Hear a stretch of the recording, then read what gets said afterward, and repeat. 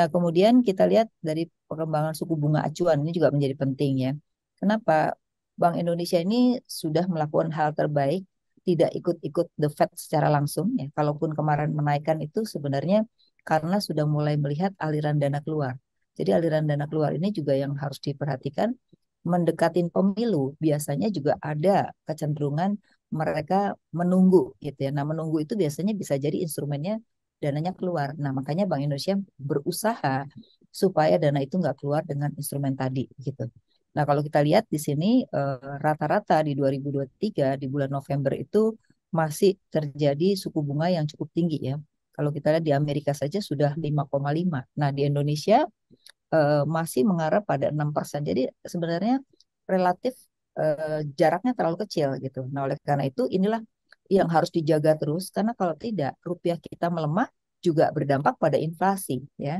Kalau suku bunga naik juga berdampak pada inflasi. Jadi antara suku bunga dengan nilai tukar ini yang seringkali berbanding terbalik ya. Nah, oleh karena itu memang Bank Indonesia harus membuat bauran kebijakan tidak hanya Bank Indonesia sendiri, tapi harus bekerja sama dengan sektor real. Karena sektor real itu berdampak juga terhadap nilai tukar. Jadi nilai tukar itu bukan pada BI-nya saja, tapi sektor real.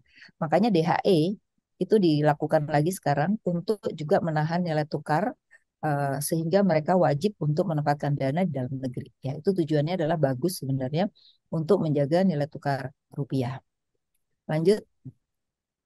Dan juga yang namanya suku bunga itu cenderung ada hubungannya dengan bunga kredit ya, karena kalau bunga naik dari bunga dana, tentu bunga kredit akan naik. Nah, yang menarik beberapa bulan terakhir ini kecenderungannya yang terjadi adalah walaupun suku bunga naik dari sisi dana, ternyata suku bunga kredit tidak bisa dinaikkan begitu saja gitu karena dampaknya demand-nya menjadi turun gitu. Jadi akibatnya apa? Bank banyak mengorbankan margin.